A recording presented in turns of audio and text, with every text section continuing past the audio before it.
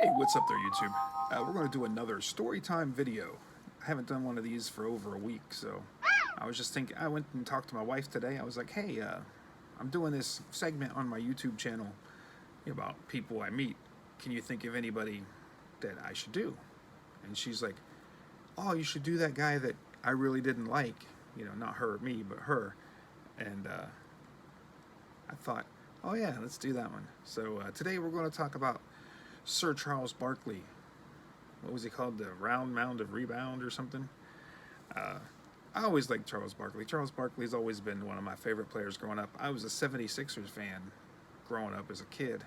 And not because of Barkley, because of Dr. J. It was before Barkley. It was before his day. So Dr. J was my favorite player, growing up. So then when he retired, that was about the same time I think Barkley came in the league, so I started following Barkley. And then some guy named Jordan came along and just kind of blew everybody out of the water, so I started becoming a Jordan fan after that. But like I said, Chuck was always a good, one of my favorite players. Anyway, I met Chuck several times. Him and I have met each other so many times that we're on a first name basis, I think. But I remember this one time I went to a golf tournament, and I think I got 56 autographs of him throughout the day. I'm trying to think. I brought, some basketballs, and I brought some jerseys, and I brought some like 8x10s and cards and all that stuff. And basically, he ended up signing all that stuff for me on the first day. So the rest of the time, whenever I saw him, I would just get an index card signed, and then that way I could mat it up with something. But I remember he was doing an interview with the local news at the 18th green, and he's just sitting there doing an interview. So while he's interviewing, I had these index cards, so I thought, I handed him an index card. He signed it, and I looked around, and nobody's asking him for another autograph, so I just hand him another index card, and he signs it again. And then I'm sitting there waiting around, and I'm like, nobody's really asking him, so I handed him another index card. And then a little kid came up and got like a trading card signed. He signed a trading card. So I was like, all right, I'll put another index card out there, see what he does. And he signed another index card for me.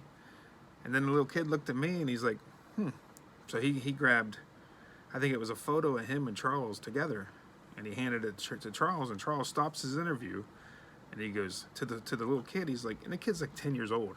He goes to the little kid, he goes, son, I already got you. I'm not going to sign for you again. And he looks at me, he goes, well, that guy already got you like, a bunch of times. He goes, son, I already got you. I'm sorry. So I handed him another index card because, that's what I was there for, try to get autographs. And he just grabbed my index card and he signed it for me. And I was thinking, why did he knows he signed for me. Why did he sign for me and not sign for the kid? So then I wait around and still nobody's getting his autograph. So I just hand him another index card. By the time it was all said and done, just on that spot, on that 18th hole, he signed 18 index cards for me.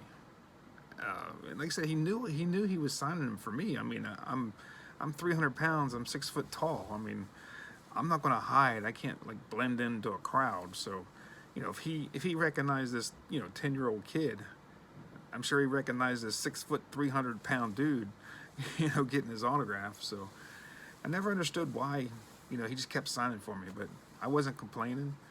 And then there was another time we were at another golf tournament, and I remember I bought, I think it was 4, authentic jerseys to get signed. I bought I think it was every team he played for, plus a college jersey.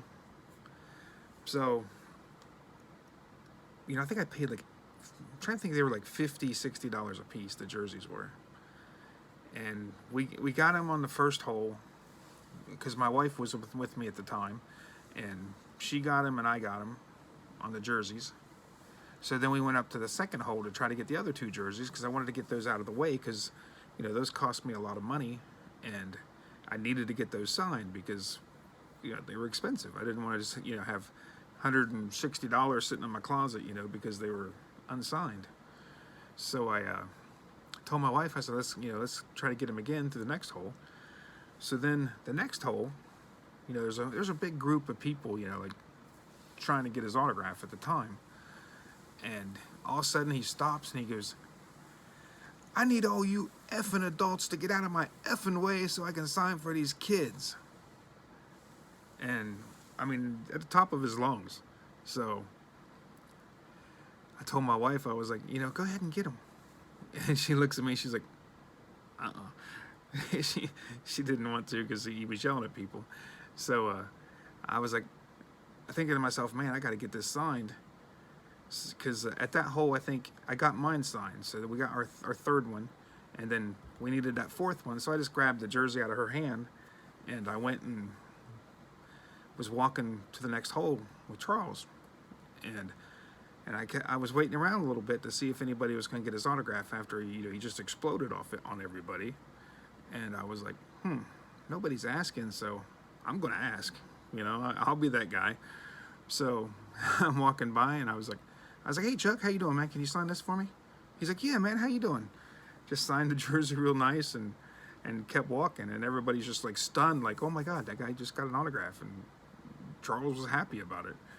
So I think some people got some autographs after that, but it was funny. I don't know. Like I said, I've always had good experiences with Chuck. I mean, you know, he likes to, I always use the term, he likes to hear himself roar. I mean, like, he'll yell and scream and say things, but, you know, it just seems like that's just him. He was just, you know, he was cool as could be to me. He's always signed stuff for me. Like I said, I ended up getting, the day I got 18 index cards, I think I got 56 autographs total for that weekend. And then the other golf tournament I got him at, I think I ended up getting like 26 autographs from him. So I've always had no problem with Charles. Oh yeah, and then this other tournament that we were at, I can't remember how many autographs I got at that tournament, but I remember I was following him because, you know, he's a good signer. I mean, I usually get him like every hole. So he was golfing with George Karl, that was a basketball coach, I think for the Supersonics. I'm sure he played for he was coach for some other teams, but they were doing $100 a hole golf, like betting. And I don't know if you've ever seen Charles golf. I think he might be a little better now, but this was like when he first started, like 20 years ago or so. And he was a horrible golfer, and he lost a lot of money that day, I think. But it was crazy watching these guys just, you know, pass over $100 bills. And then they were like, you know, lighting their cigars with like $100 bills, saying, you know, I have all the money in the world, just joking around to each other or whatever. But it was funny.